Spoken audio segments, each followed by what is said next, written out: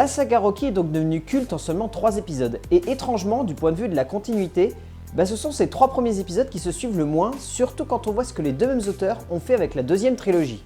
La première trilogie est assez rapide dans la construction du personnage, elle l'amène rapidement à la gloire pour mieux faire comprendre aux spectateurs pourquoi celui-ci se dépasse, mais perd ainsi assez rapidement également le côté humaniste et social de son œuvre, oubliant ainsi la base du personnage.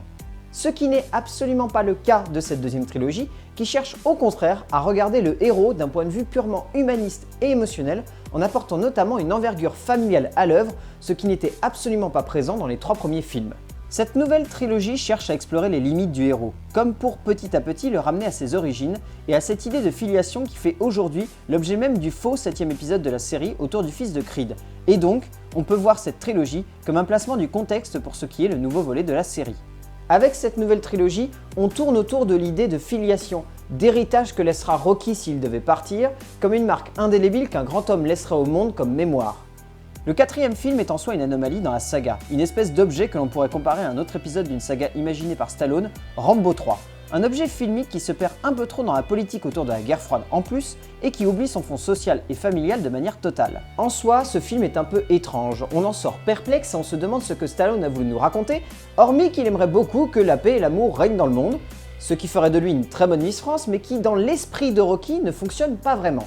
Ce sera assez justement rattrapé avec le 5e film, qui pose les bases de l'idée même de filiation, avec cette aventure d'une grande finesse autour de la place de la famille et de la carrière dans la vie de l'homme qui est Rocky, notamment avec le fait que Rocky ait un problème de santé, apportant un fond dramatique et tragique impactant pour le spectateur. Ce 5e épisode est un des mieux équilibrés de la série, même s'il manque parfois de caractère et qu'il a une scène de fin qui laisse assez perplexe, même si elle fait écho à la construction dramatique de toute la série. Le 6e film est clairement le plus touchant et le plus personnel que Stallone nous ait offert. Un film à la beauté dramatique et nostalgique tellement émouvante que l'on ressort presque bouleversé par ce que l'auteur américain nous offre comme récit. Un récit autour de la famille, du deuil, du passé, de l'ego, au fond social fort et totalement en forme de testament pour la série et le personnage. Bouleversant est le mot qui qualifie le mieux ce Rocky Balboa, tant Stallone cherche à porter un regard introspectif à la fois sur sa carrière et sur son personnage, une idée même de cinéma que peu de cinéastes parviennent à toucher et surtout à composer pour l'écran.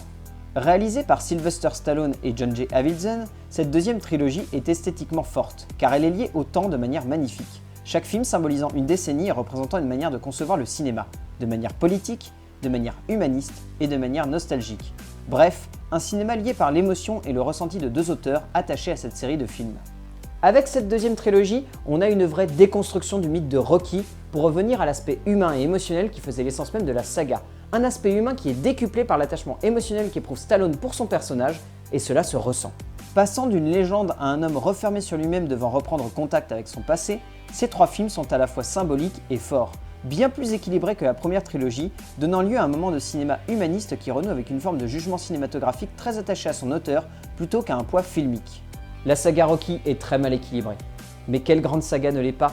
Elle est à la fois représentative d'une époque, et pourtant, elle parvient à traverser le temps et les générations avec une grande justesse et une émotion palpable. Menée par un auteur passionné et attaché à son héros qui le représente, dirigée par des metteurs en scène de talent qui ont su saisir le côté épique et fort du personnage, symbole de l'Amérique moderne, cette série de films est une des plus grandes sagas de cinéma que l'on ait pu connaître et qu'il est agréable de redécouvrir. En attendant de voir si Creed pourra apporter un renouvellement ou une introspection encore plus forte sur cette saga, qui étend aujourd'hui son univers en revenant à ses origines.